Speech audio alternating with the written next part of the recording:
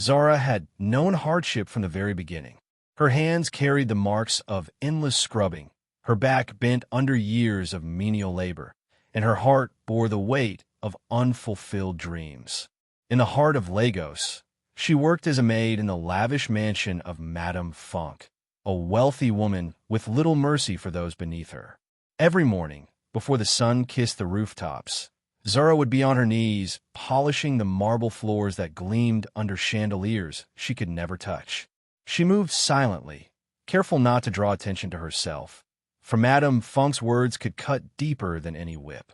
"Useless girl, hopeless maid, and you'll never be anything" were insults she endured daily.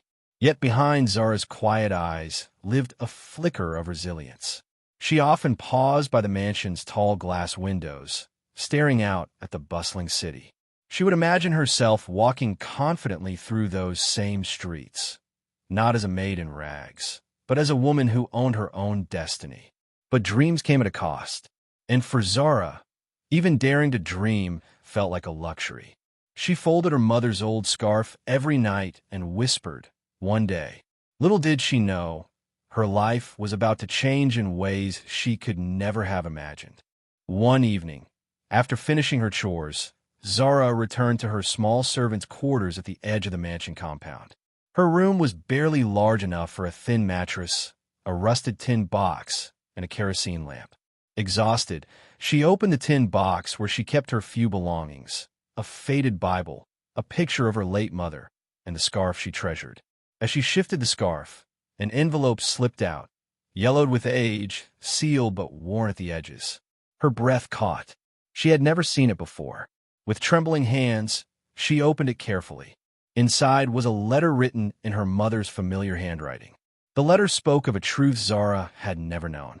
Her mother confessed that Zara's father was once a wealthy businessman from Ibadan, but circumstances forced them apart. He had left behind property and a share of his estate, but Zara's mother, fearful of rejection and ridicule, had hidden this secret. The letter ended with directions to a lawyer in Ibadan, someone who could reveal more. Zara's tears spilled onto the page. All her life, she had been treated as nothing, as if she were invisible. But this letter suggested she was more than a maid. She was the daughter of a man who once held wealth and power. Clutching the letter to her chest, she whispered to herself, "So I am not nothing after all." At that moment, a spark of courage lit within her. Zara didn't know how, but she vowed she would find the truth her mother had hidden, no matter the cost. The following week, the mansion was buzzing with guests for one of Madame Funk's grand luncheons. Zara moved swiftly between the tables, carrying trays of food and drinks, her head bowed to avoid eye contact. She had learned that in this house, being invisible was safer. But invisibility did not protect her this time. As Zara cleared plates, the head maid, Ijeoma, walked into the center of the hall, holding up a pair of gold earrings. "These were missing this morning," she announced loudly, her sharp voice cutting through the chatter of the guests. All eyes turned toward her. Then, with a dramatic point of her finger, Ijeoma cried, "This maid stole them." Her gaze locked on Zara. Zara froze, her tray trembling in her hands. Gasps echoed around the hall. Madame Funk rose from her chair, her face twisted in fury. "You dare steal from me in my own house," she spat. Zara's lips parted, but no words came. She had never stolen a thing in her life. Yet Ijeoma's satisfied smirk told her the trap had been set long before today. Madame Funk's slap landed before Zara could even defend herself, the sting burning more than her skin. It burned her dignity. "Get out of my house!" Madame Funk thundered, as the guests whispered and shook their heads. Humiliated, Zara stumbled backward, her belongings thrown into the compound like trash. Alone, broken, and accused, she clutched her mother's letter tightly. It was the only proof that her life might one day mean more than this moment of shame. Zara wandered the rain-soaked streets of Lagos with no place to go. Her small bag felt heavy, not because of its weight, but because of the despair in her heart. She whispered to herself, "Why, Mama? Why now?" The letter pressed against her chest was the only comfort she had left. As the rain poured harder, she stumbled near the roadside, her sandals slipping on the wet pavement. Just then, a taxi driver named Emeka, sitting under his parked car's shelter, noticed her. She looked fragile, drenched, and hopeless. Something in his heart stirred. He approached gently, holding out his umbrella. "Sister, you'll catch your death in this rain," he said softly. Zara looked up at him, suspicious at first, but his kind eyes calmed her. Emeka guided her to a small roadside shop where he offered her a seat and bought her a warm loaf of bread and a sachet of water. Zara hesitated, but hunger forced her to eat. Tears mixed with raindrops as she whispered, "Thank you." "Don't thank me," Emeka replied, shaking his head. "God places people in our path for a reason." In that moment, Zara realized not all strangers sought to harm her. Some, like Emeka, could become lifelines. Though he was just a humble driver, his kindness lit a spark of hope in her darkest night. Perhaps the letter in her bag and this stranger's compassion were signs that her journey had only just begun. The morning after the storm, Zara rose with swollen eyes but a determined heart. She had slept under the awning of a roadside shop, clutching the letter like a shield. Emeka, the kind taxi driver, returned at dawn and found her still sitting there. "Where will you go now?" he asked, his voice gentle. Zara hesitated, then whispered Ibadan. "The letter says there's someone there who knows the truth about me." Emeka studied her for a moment.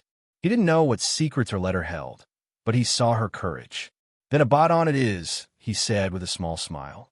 He offered her a ride in his taxi, refusing to take money. "Consider it my small part in your journey." As the car sped down the expressway, Zara gazed out of the window. The city of Lagos faded behind her, replaced by open roads and endless green. Every mile carried her farther from humiliation and closer to answers. For the first time in years, she allowed herself to hope. She pressed the letter to her chest and whispered, "Mama, guide me." The road ahead was uncertain, but it was hers to follow now.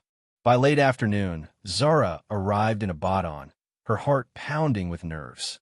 The city was bustling, yet unfamiliar, its streets filled with traders calling out, buses honking, and life unfolding at every corner. Guided by Emeka, she found the address scribbled in her mother's letter, a modest office above a row of shops. Her hands shook as she climbed the narrow stairs and knocked. A middle-aged man with spectacles and a kind face opened the door. "Yes? Can I help you?" he asked. Zara's voice trembled. "My name is Zara. My late mother told me to find you. She said you would explain who my father was." The man's expression softened. "Come in, child." He introduced himself as Barrister Akinwale and led her to a seat. As Zara handed him the letter, he adjusted his glasses and read carefully. A deep sigh escaped him. "Yes, I knew your mother well. And your father, too." Zara leaned forward, her chest tight. "Please, sir." "Who was he?" The lawyer looked at her with compassion. "Your father was Chief Adeyemi, a respected businessman here in Ibadan. He passed away years ago, but he left behind wealth, properties, and a legacy. You were his only daughter." Zara's eyes widened, her breath catching in her throat. She pressed her palm over her mouth as tears threatened to fall. All her life, she had been told she was nothing. Yet here, in this small office, she learned she was the blood of a man who once commanded respect and fortune. Her life was no longer just that of a maid. It was connected to a name, a history, and perhaps a destiny greater than she ever dreamed. Zara sat in Barrister Akinwale's office, her hands trembling on her lap as the weight of his words sank in. Chief Adeyemi, her father, the man she had never known, the man her mother had never spoken of without tears. She should have felt relief, but instead, a storm of emotions churned inside her. The lawyer leaned forward. "Zara, your father's estate was left behind years ago, but his relatives, his brothers, and their children took control after his death. They never expected you to appear." Before she could respond, the door burst open. Two well-dressed men stepped in, followed by a sharp-faced woman wearing gold jewelry that jingled as she moved. Their eyes fell on Zara with open disdain. "So this is the girl?" The woman sneered. This maid claims to be Adeyemi's daughter. Zara rose to her feet, her voice shaking. I'm not claiming. I have proof. My mother kept his letter. One of the men scoffed, waving his hand dismissively. Nonsense. You think we will allow a servant girl to drag our family name into the dirt? The woman stepped closer, her eyes narrowing. Listen well, child. You don't belong here. If you value your life, you'll forget this inheritance and disappear. Zara's chest tightened, but she clutched the letter tighter. Fear washed over her, yet deep within, a flame burned. For the first time in her life, she wasn't just fighting for survival. She was fighting for her identity. As the relatives stormed out, slamming the door, Barrister Akinwale placed a reassuring hand on her shoulder. They may try to silence you, but truth is on your side. Do not give up, Zara.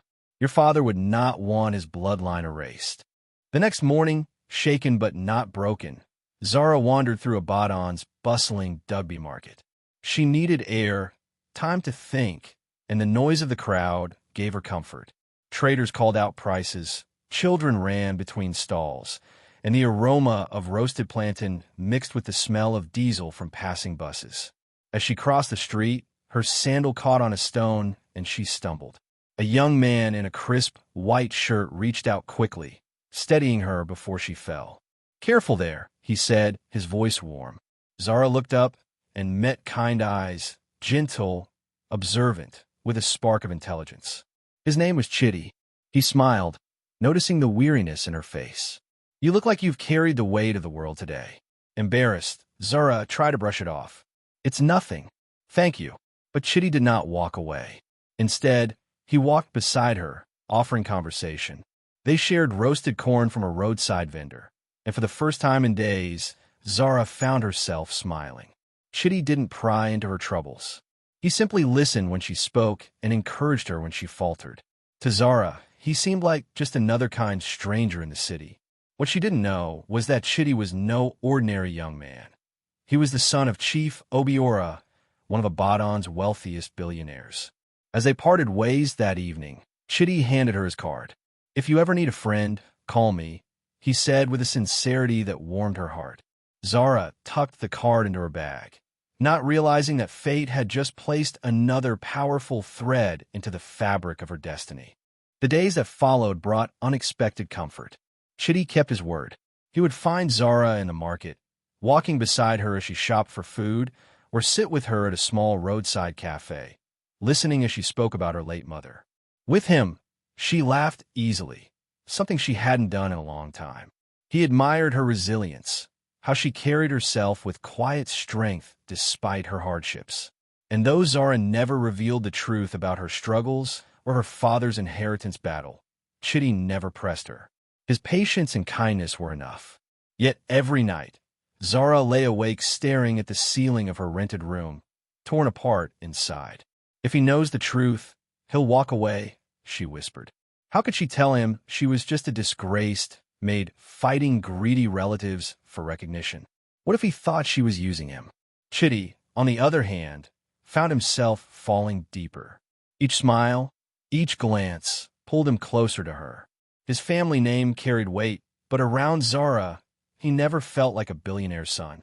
He felt like a man discovering love for the first time. But the truth Zara hid would not stay buried forever. The shadows of her secret grew longer, threatening to eclipse the fragile joy she had found. It happened one evening when Zara reluctantly agreed to accompany Chitty to a formal family gathering at his father's estate. She felt out of place the moment she stepped into the grand mansion. Chandeliers sparkled above polished marble floors, and men and women in glittering outfits moved with practiced grace. Zara clutched her simple dress, wishing she could disappear. Midway through the evening, her worst fear came true.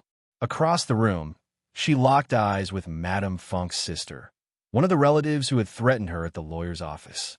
Recognition flashed across the woman's face, followed by a cruel smile. Well, the woman sneered loudly, drawing the attention of the guests. What is a servant girl doing here, parading herself among respectable people? Gasps rippled through the crowd. Zara froze, shame flooding her cheeks. Whispers swirled. A maid? She was a maid? Before she could flee, Chitty stepped forward, his jaw set. Enough, he said firmly. Zara is no maid. She's the daughter of Chief Adeyemi, and she has more dignity than any of you who mock her. Silence fell. All eyes turned to Chitty, his words echoing like a declaration. Zara's breath caught. How'd he know? Chitty turned to her, his eyes softening. You thought I didn't know, Zara? I did, and I still choose you. Tears blurred her vision.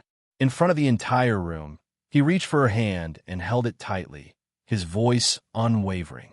Let the world know, this woman is not defined by the lies of others. She is defined by her strength, her truth, and her heart. And she has mine. The revelation stunned the room, leaving Zara trembling between fear and relief. She had been exposed, but she was no longer alone. The revelation at Chitty's family estate shook Ibadan society. Word spread quickly. The maid who claimed to be Chief Adeyemi's daughter had been publicly defended by the son of a billionaire. Some dismissed it as scandal. Others whispered that truth had finally found its voice. But the fight was not over. Chief Adeyemi's relatives, determined to protect what they had stolen, dragged Zara into court. They claimed she was a liar, a desperate girl fabricating stories to snatch wealth that was not hers. The courtroom was tense on the first day of hearing. Zara sat beside Barrister A. Kinwale, her palms clammy, her heart pounding in her chest. Across the aisle, her father's relatives whispered confidently to one another, convinced that their wealth and influence would crush her. The judge's voice rang out as witnesses were called. Documents were presented, arguments exchanged. When it was Zara's turn to speak, she rose slowly, her voice trembling but steady enough to carry across the hall. I never asked for wealth, she began, her eyes glistening. All my life, I have been treated as if I was nothing. But my mother left me this letter. She wrote it with her own hand, telling me of the man who gave me life. That man was Chief Adeyemi. I stand here today not to beg, not to steal, but to claim the truth of who I am. The words silenced the courtroom. Even the judge leaned forward, studying her with careful eyes. When Chitty stepped forward to testify, his presence drew gasps. I know Zara, he said firmly. I know her character, her strength, her honesty. She does not need to lie, and I will stand with her, whatever the outcome. The relatives' faces darkened, but the truth could not be buried. Piece by piece, evidence and testimony fell into place. By the time the gavel struck, the scales of justice had begun to shift. Weeks later, the final judgment was delivered. The court recognized Zara as Chief Adeyemi's rightful daughter and heir.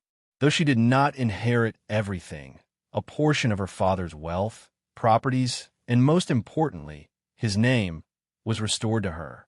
Tears streamed down Zara's face as the courtroom erupted with murmurs.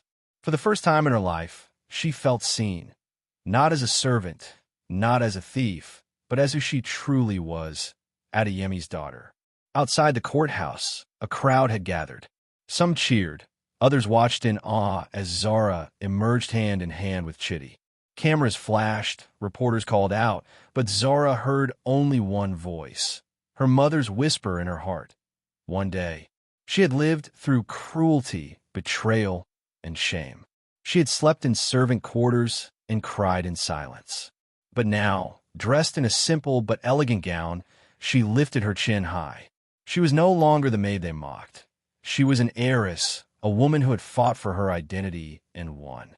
Chitty squeezed her hand and whispered, "This is only the beginning."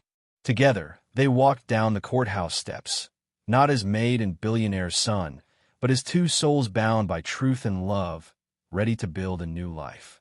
And as the evening sun bathed the city of Ibadan in golden light, Zara knew that her story was no longer one of pain.